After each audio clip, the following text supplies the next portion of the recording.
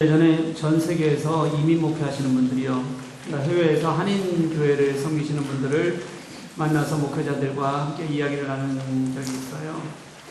근데 상당히 많은 분들이, 그런 분들은 목회를 하면서 마음의 상처들을 가지고 살고 있더라고요. 그때 목사님들 입장만 들은 거지만 또 신자들은, 교회 신자들 나름대로의 다른 관점들이 또 있을 거 아니에요, 그렇죠? 그렇게 또 그들도 아마 상처가 깊이 남았을 거라고 생각이 듭니다. 어떤 목사는 상처가 너무 깊으니까, 크니까 신자를 아예 불신의 대상으로 놓고 목회를 하는 그런 마음을 가지고 있기도 했어요. 아, 저런 마음으로 어떻게 목회를 할 수 있을까? 본인도 너무 힘들 텐데, 이런 안타까운 마음이 좀 들었습니다. 목사와 신자 간에만 상처가 있는 것은 아니죠. 신자와 신자 간에도 상처들을 주고받습니다. 무수히 많습니다.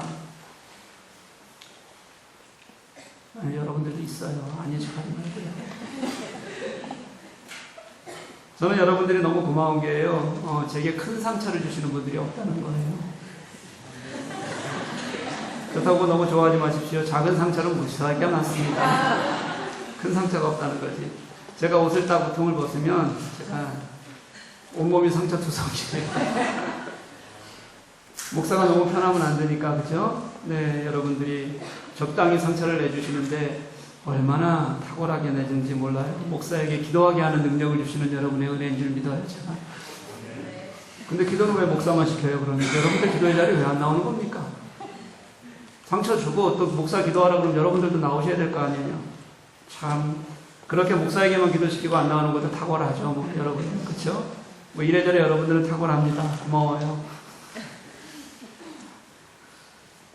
그런데 교회에서 주는 대부분의 상처들은요, 신앙적 우월감을 가지고 있을 때 생기는 것 같고요, 또 미성숙한 대인관계를 가질 때 또 많이 생기는 것 같습니다.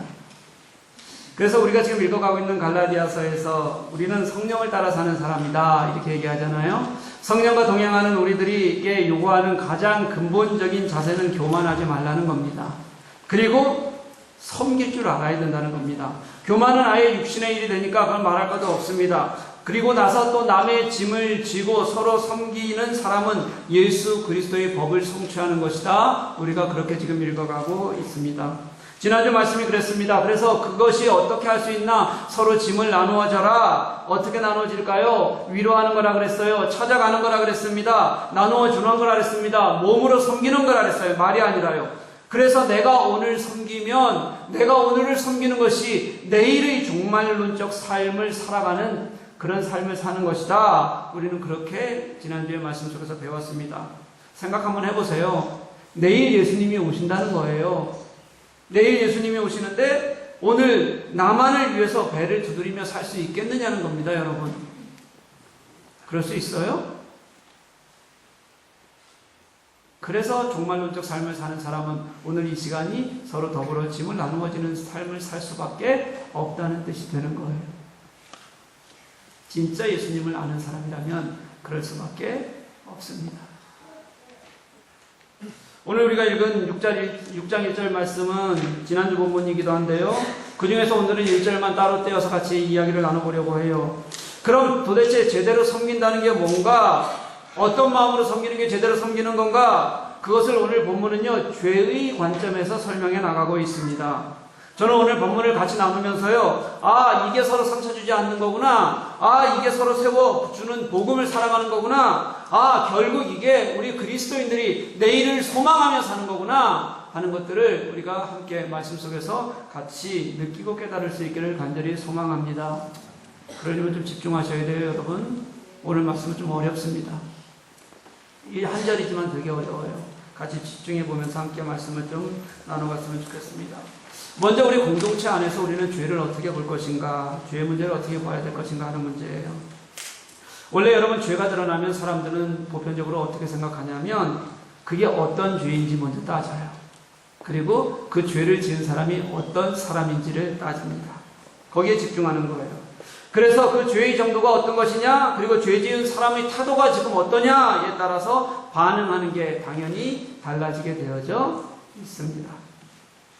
그런데 오늘 본문은 그런 관점에서 보라고 하지 않습니다. 오늘 본문은 어떤 관점에서 초점을 맞추고 있냐면요, 죄에 초점을 맞추지도 않고요, 죄를 지은 사람에게 초점을 맞추지도 않습니다. 오늘 본문은 어디에 초점을 맞추냐면 그 죄를 보는 사람들, 바로 우리 바라보는 입장에 있는 사람들에게 초점을 맞춰서 설명해 나가고 있다는 겁니다.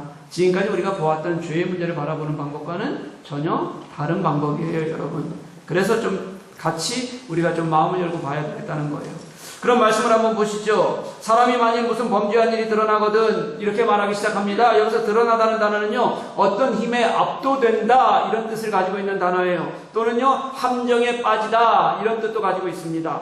오늘 바울은 죄를 지은 사람이 다 문제가 없다고 말하려고 하는 것이 아니에요. 그보다는 누구를 관점이요? 죄를 지은 사람보다는 공동체 안에서 죄에 빠진 사람을 어떻게 보고 판단하는가에 따라서 초점을 맞추다 보니까, 그래서 죄를 지은 사람의 입장이 아니다 보니까 이 죄를 수동적으로 그렇게 만들어 놓는 거예요. 죄를 지은 사람을요. 그래서 죄에 빠진 사람, 죄에 압도된 사람, 이런 표현을 쓰고 있습니다. 한번 보세요. 우리 죄는 이미 육신의 일인 거 여러분 아시죠? 죄는 육신의 일입니다. 이거는 그냥 아예 상수예요. 이거에 대해서 더 이상 얘기할 게 없습니다. 그런데 오늘 우리에게 묻는 거예요. 너희들은 성령과 동행한다고 말하지 않니? 너희들은 성령을 산다고 말하지 않니? 그럼 우리는 그 죄의 문제를 어떻게 해야 하느냐? 우리가 같이 한번 좀 보자는 거거든요. 이런 겁니다, 여러분. 누가 만약에 의도적으로 죄를 짓는 사람이 있어요. 의도적으로요. 그럼 어떻게 해야 될까요? 그 죄를 짓는 사람을 어떤 식으로든지 제재하고 죄에서 떼어놓는 것이 맞습니다. 그게 때로는 감옥에 보내는 거기도 하고요. 교회도 감옥 하나 만들어 놓을까요? 뭐 그럴 수도 있잖아요. 그렇죠? 그런데 누군가 죄의 함정에 빠져 있다고 생각해 보십시오. 그리고 누군가가 죄에 압도되어 있어서 두려움을 느끼고 있다고 생각하는 거예요. 그럼 여러분 어떤 자세를 취해야 될까요? 그 사람이 우리 눈에는 죄를 짓고 있는 거예요. 그럼 당연히 그를 죄로부터 어떻게 해야 돼요? 건져내야죠. 이게 그 사람을 보는 태도여야 된다. 바로 이런 거예요. 사랑하는 교회 여러분, 우리가 교회 안에서 또는 우리가 세상 안에서 어떤 사람들을 볼 때 굉장히 쉽게 단정하고 단죄하는 경우들이 너무 많습니다. 교회 안에서도 여러분 이해하기보다는, 마음 쓰기보다는 그 사람이 가지고 있는 그 죄성, 죄, 여기에 집중해서 비판하고 비난하는 일들이 수없이 많습니다. 여러분, 우리가 공동체 안에 있잖아요. 공동체 안에 있으면 마음이 바뀌어야 돼요. 이들은 하나님께서 불러주신 사람들이에요. 이들이 짓는 죄조차도 저 속에 하나님께서 그를 그 죄의 문제에서 살리시려는 하나님의 마음이 있다는 거예요. 그런 관점에서 그들을 도와주라는 거예요. 그 다음 말씀에 이게 아주 잘 나와요. 무슨 범죄한 일이 드러나거든, 이렇게 시작했잖아요. 그리고 나서 그 다음 우리가 해야 될 일을 뭐라고 얘기하냐면 그러한 자를 바로잡고, 이렇게 표현합니다. 이 문장이 원래 명령형입니다. 그러니까 이렇게 되는 겁니다. 그런 죄를 지은 사람이 있으면, 드러나는 것이 있으면 그 사람을 여러분 바로잡아 주십시오, 이렇게 얘기하는 거예요. 이 바로잡다는 것의 원어에 가장 가까운 뜻은 회복이에요. 여러분, 회복. 여러분, 회복이 뭔지 알아요? 벌 주고 많다는 뜻이 아니에요. 회복은 뭐예요? 사람을 원래 있던 하나님의 형상 그대로 어떻게 해요? 돌려놓아야 된다는 겁니다. 우리 성도는요, 바로 서로를 회복시킬 수 있어야 된다. 그럴 의무를 가지고 있다고 성경은 그렇게 우리들에게 늘 얘기해요. 누군가가 넘어지고 실패하고 죄를 짓게 되면요, 위압적으로 대하거나 멸시하는 것이 아니라는 겁니다. 그 죄를 지은 사람을 대하는 태도는 그 사람을 내가 세워줘야겠다, 회복해줘야겠다, 이렇게 얘기한다는 거예요. 이 바로잡다는 단어가요, 건축용어로 쓰이면 벽을 세우는 거예요. 똑바로 벽을 세우는 거고요. 그리고 사람에게 사용되면 무슨 뜻이냐면 골절되는 거예요. 뼈가 골절되거나 탈구된 뼈를 어떻게 해요? 다시 이어준다, 이런 뜻이에요, 여러분. 누군가 뼈가 부러졌어요. 누군가 뼈가 탈구가 되어서 굉장히 고통스러워한다는 거예요.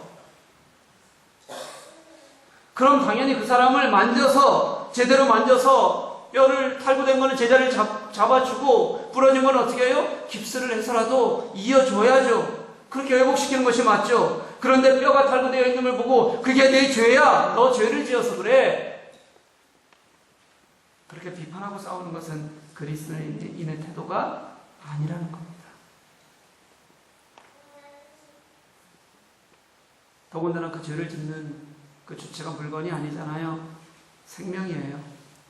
어떤 생명이냐면 예수 그리스도께서 십자가에 죽기까지 살리려고 그의 마음을 쓰셨던, 당신이 고통을 감내하셨던 생명이라는 거예요. 그래서 우리는 죄가 아니라 생명을 보는 겁니다.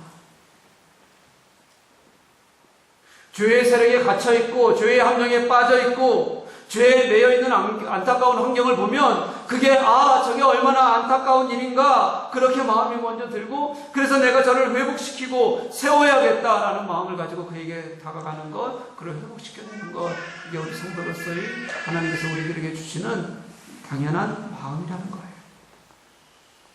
제가 처음 설교를 시작할 때 상처라는 말로 시작을 했습니다. 왜 우리는 말 한마디를 해도 그것을 듣는 사람은 어떨까 생각하지 못할까요? 왜 우리는 우리가 가지고 있는 행동 하나에 이것이 옳은 일일까 아닐까 먼저 생각하고 고민하는 일은 우리들에게는 없을까요? 우리는 너무 많이 무수히 서로가 상처를 주고받으면서도 그게 아닌 줄 알고 살아갑니다. 여러분, 내게 주신 사람들이 있어요. 내 주위에 지금 있는 사람들이 있습니다. 이분들이 다 생명이에요. 하나님께서 일어나게 하시고 하나님께서 그들을 세우라고 주신 그런 생명이라고요. 그 생명을 제대로 세우는 저와 여러분 될 수 있기를 간절히 소망합니다. 함께 서는 겁니다.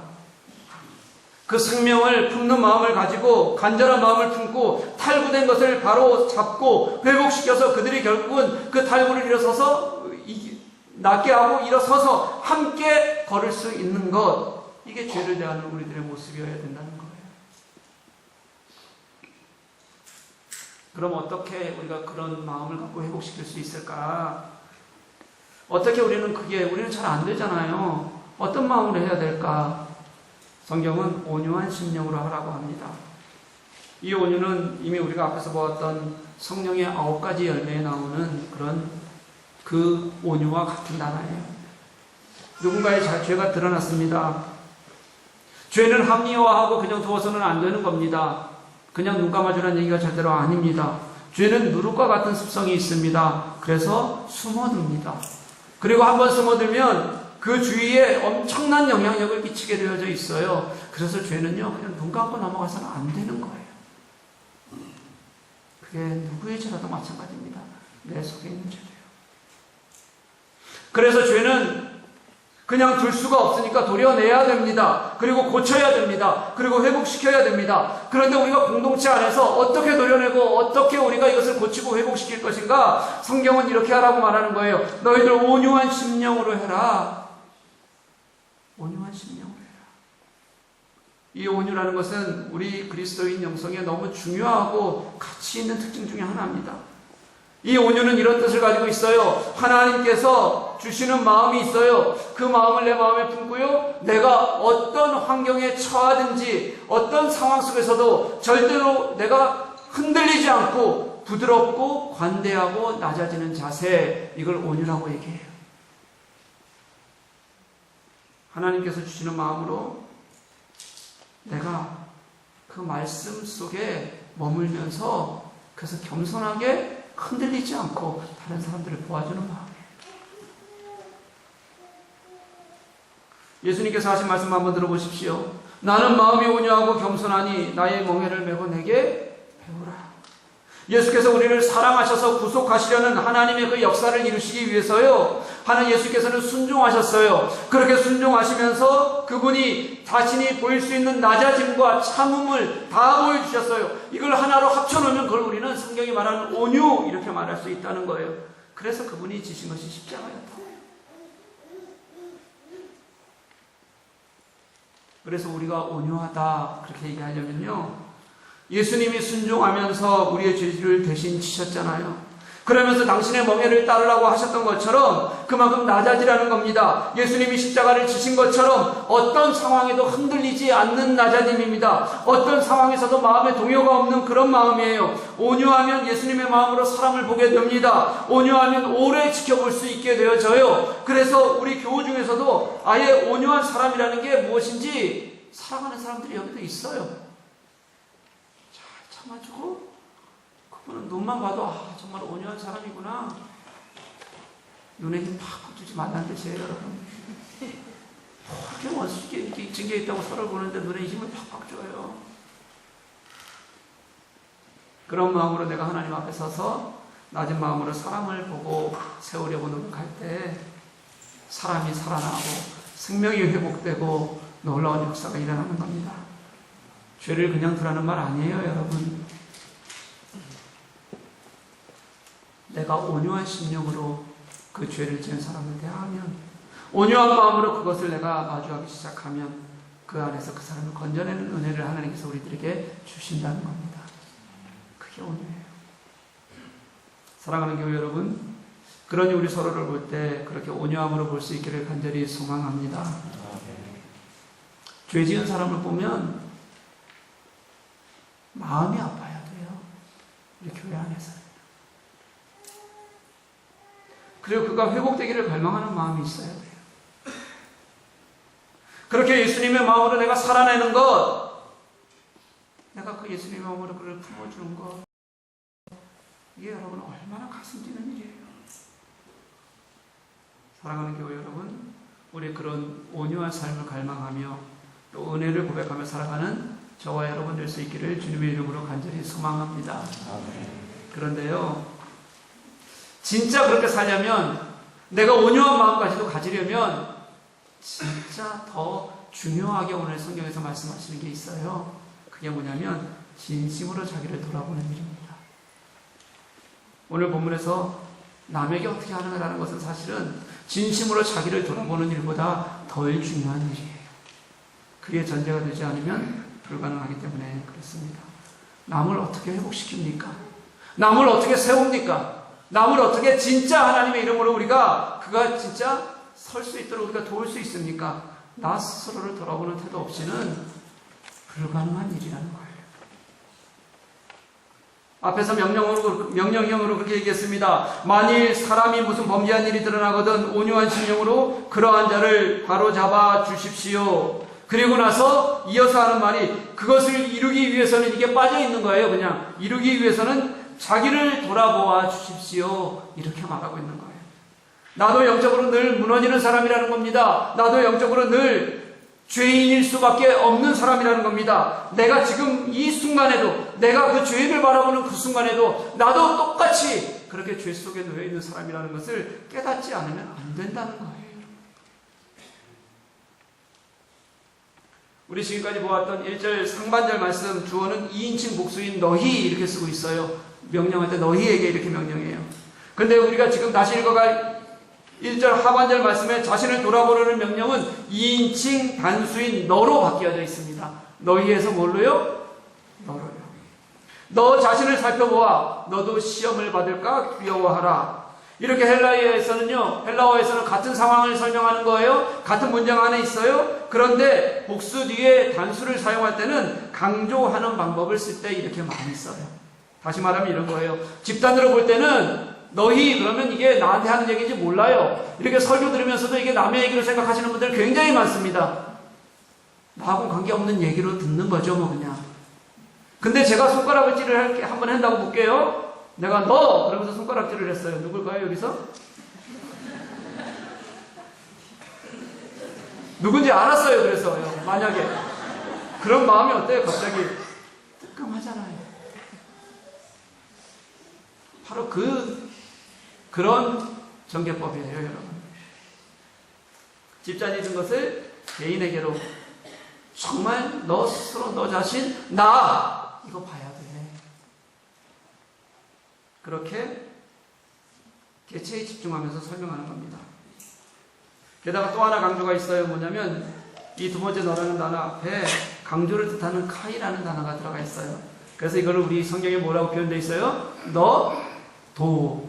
이렇게 지금 기록이 되어져 있어요. 너도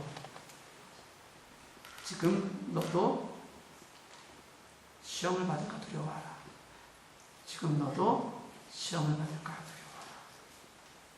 복수에서 한 사람으로, 그래서 한 사람 한 사람에게 적용하는 단수로 넘어갔죠. 거기다가 또 그것도 모자라서 너도 조심해라. 너도 돌아봐. 이렇게 재차 강조하는 것이 이 짧은 하반절 말씀에 들어있다는 거예요. 자신의 죄성을 돌아보지 않으면서 다른 사람들의 죄를 보고 그 사람을 회복시킨다는 것은 애초에 불가능하다는 것을 성경은 우리들에게 말씀해 줍니다. 내 죄성을 돌아보지 않고 다른 죄성을 가지고 내가 그에게 말을 하면 그것은 회복이 아니라 비난이에요. 비판이에요. 경멸이에요. 그렇게 해서 그 사람은 변하지 않습니다. 예수 믿는 사람들이 살아가면서 옳지 않은 방법이, 이런 방법들을 살아가요. 두 가지로 보면, 하나는 자기의 죄성에 찌들어 사는 사람들이 있어요. 예수 믿으면서도 확신이 없어요. 기쁨이 없이 사는 거예요. 늘 뭐가 불만인지 얼굴에 수심과 근심이 가득 차 있어요. 예배를 드리고 나면 어떤 분은 얼굴에 기쁨이 넘치는데, 웃음이 넘치는데, 그분은 계속 찌그러서 나와요. 자기 죄에 찌든 회개만 가지고 살아가는 거예요.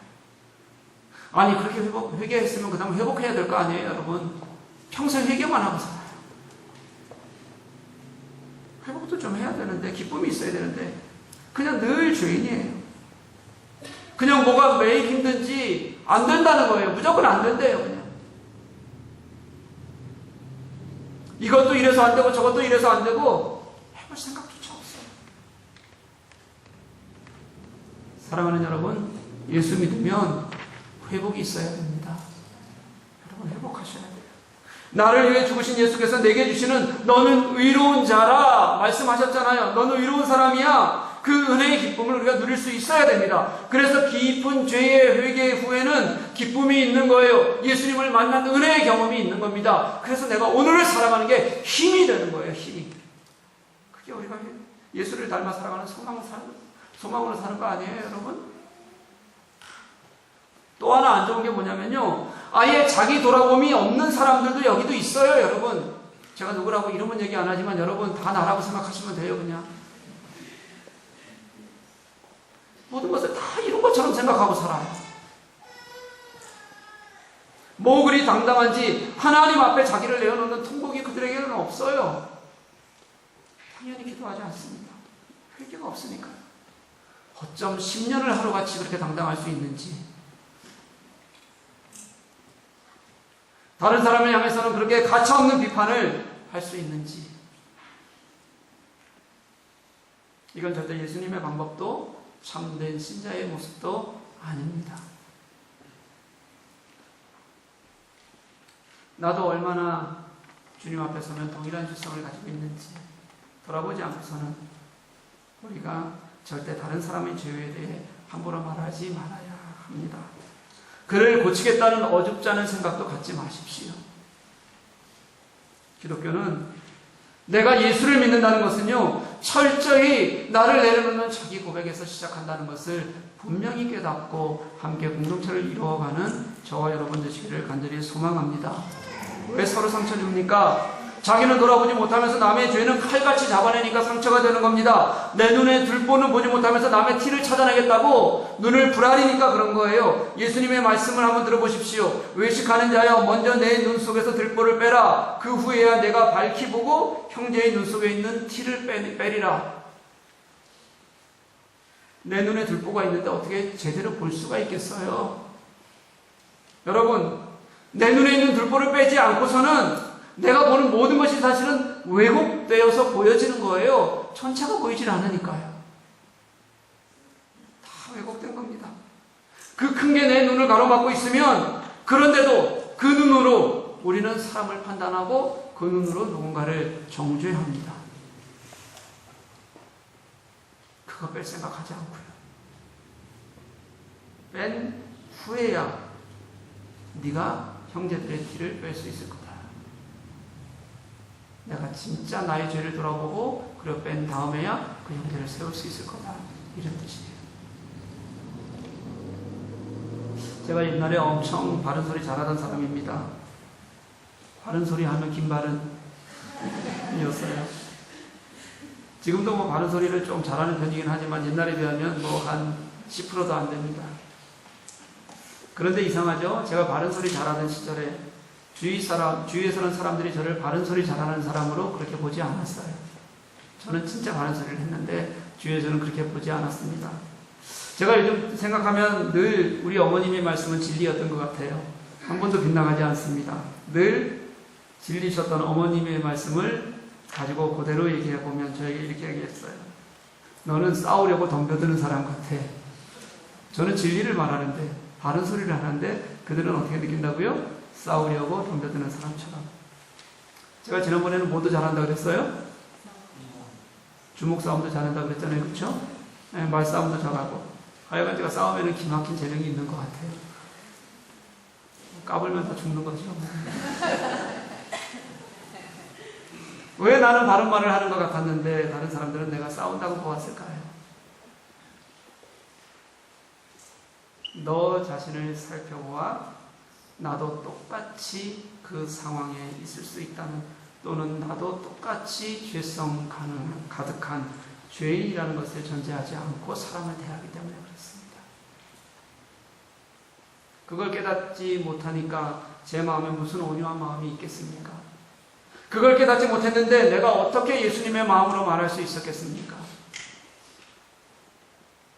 던지는 말마다 사람에게 상처 입히는 말이 되는 겁니다. 던지는 말마다 사람을 다치게 하는 겁니다. 하나님의 말씀은 살아있어서 활력이 있어 좌우의 날선 어떤 것보다도 예리하여 혼과 영과 관절과 골수를 찔러 쪼개기까지 한다. 이 말씀이 내 속에서, 말씀 속에서 생명력을 가지고 나를 뒤덮으라는 그런 말씀인데, 나는 이 말씀 가지고 와서 칼춤을 추면서 다른 사람에게 쓰는 거예요. 그냥 자기는 안 돌아보고요.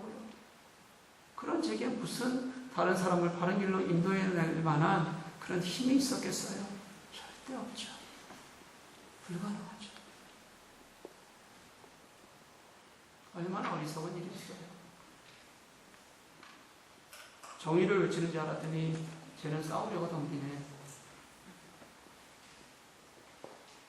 사랑하는 교회 여러분, 죄를 보려면 나의 죄를 먼저 볼 수 있기를 간절히 소망합니다. 그리고 내가 얼마나 죄인인지를 보고 제대로 알아야 됩니다. 나도 지금 똑같이 시험당하고 똑같이 죄성에 놓여 있어서 지금 내가 뻔뻔하게 앉아있는 것조차도 하나님이 나를 사랑하시는 그 사랑하심이 없으면 불가능한 일이라는 걸 우리 속에서 먼저 깨달아 알아야지만, 그래야지만 진짜 죄를 대하는 마음이 어떤 것인지를 깨닫게 돼요. 그래야 예수가 보입니다. 그래야지 나를 사랑하신 예수님의 십자가가 보여요. 그래야 그분이 내게 얼마나 온유하셨는지를 느끼게 됩니다. 그래야지 그 온유한 마음으로 다른 사람들을 섬기고 넘어진 자를 세우고 그리고 회복시키고 결국 함께 회개하는 거예요. 함께 일어나서 같이 그리스도인의 삶을 서로 짐은 나누어지면서 사랑하며 살아가는 거예요. 그래야 가능한 일이에요. 이게 그리스도인의 삶입니다. 저는 우리 교회가 저에게요, 그런 온몸을 불사르는 것 같은, 제가 정말 그렇게 사역하다가 사라져도 좋겠다는 그런 마음으로 주님 앞에서 사역하려고 해요. 시간이 갈수록 그게 하나님께서 내게 주시는 사명이라는 것에 더 또렷해집니다, 여러분. 제가 이렇게 얘기하면 여러분 마음에 근심이 생길 겁니다. 저 목사가 은퇴할 때까지 버티겠다는 뜻인가? 너무 걱정하지 마세요, 여러분. 그게 언제까지일지 모르지만 그때까지 진짜 생명을 사랑하고, 그때까지 교회를 사랑하고, 그때까지 여러분들을 사랑하고 복음 때문에 내 삶이 드려져도 좋겠다. 그런 마음이 점점 커지는 거예요. 언제까지일지 모르지만 하나님이 그 마음을 계속 주세요. 저는 지금 목회를 하면서 다른 무엇보다 교회의 가치를 가장 소중하게 여기는 사람이 되어갑니다. 안 변했으면 좋겠어요. 예수 그리스도께서 우리의 중심 되시고 예수의 가치가 살아있는 교회, 예수의 가치가 중심되는 교회가 저에게는 너무 소중합니다. 갈수록 다른 것에는 관심이 사라집니다. 그러니 그 예수님께 나를 비춰보면 죄성으로만 보자면 절망이죠. 지가 어떤 꼬라지인지도 모르고 다른 사람 바르게 만든다고 헤매는 사람이 무슨 꼬라지가 제대로 돼 있겠어요. 절망인데 그 절망에서도 예수께서 나를 건지셔서 그래서 회복시키시고 세우시고 구원케 하시는 능력이 있어서 제가 이 자리에 있는 거예요. 그것으로 생명을 보고 같이 회복해가는 겁니다. 그게 나를 먼저 돌아보지 않고서는 가능하기나 할까? 저는 아니라고 합니다. 사랑하는 교회 여러분, 그렇게 우리는 서로에게서 회복을 경험할 수 있기를 간절히 소망합니다. 상처가 아니라 서로에게 위로가 되었으면 좋겠습니다. 아픔이 아니라 서로에게 기쁨이 되었으면 좋겠습니다. 같은 죄를 보더라도 그 생명을 사랑하시는 하나님의 마음으로 나의 죄를 먼저 돌아보아 함께 설 수 있었으면 좋겠습니다. 그때 우리는 신자로서 성령의 길을 함께 살아가게 될 것입니다. 그런 삶을 기쁨과 감사로 살아가는 저와 여러분 되시기를 주님의 이름으로 간절히 소망합니다. 우리 같이